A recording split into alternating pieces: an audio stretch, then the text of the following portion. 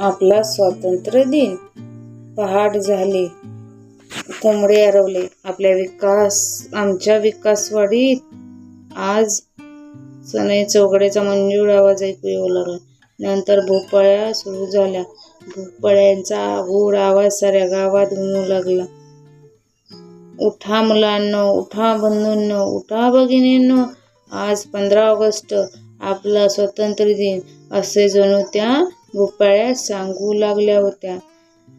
भोपळे ऐकताच सर्वजण झेंडावंदनासाठी निघाले. पुढे ते सारे मिळून जयस्तंभाजवळ आपापल्या जागी उभे राहिले. हा जयस्तंभ गावच्या मध्यभागी स्वातंत्र्याच्या लढ्यात ज्यांनी बलिदान केले त्यांचे ते स्मारक होते. झेंडावंदन सकाळी 7:30 वाजता व्हायचे होते. आज जयस्तंभाची जागा स्वच्छ केली होती. भोवताली तोरणे बांधली होती. रंगीबिरंगी पताका लावल्या होत्या. आंब्याच्या डाळ्या ठिकठिकाणी लटकवल्या होत्या. केळीच्या व नारळाच्या झापांची कमानी उभ्या केल्या होत्या. तिथेच ध्वजस्तंभ उभारला होता. ध्वजस्तंभाच्या जवळ रांगोळ्या काढल्या होत्या.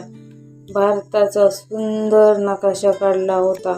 त्या लाल किल्ल्यावर तिरंगा झेंडा फडकवत आहेत असे दिसत होते.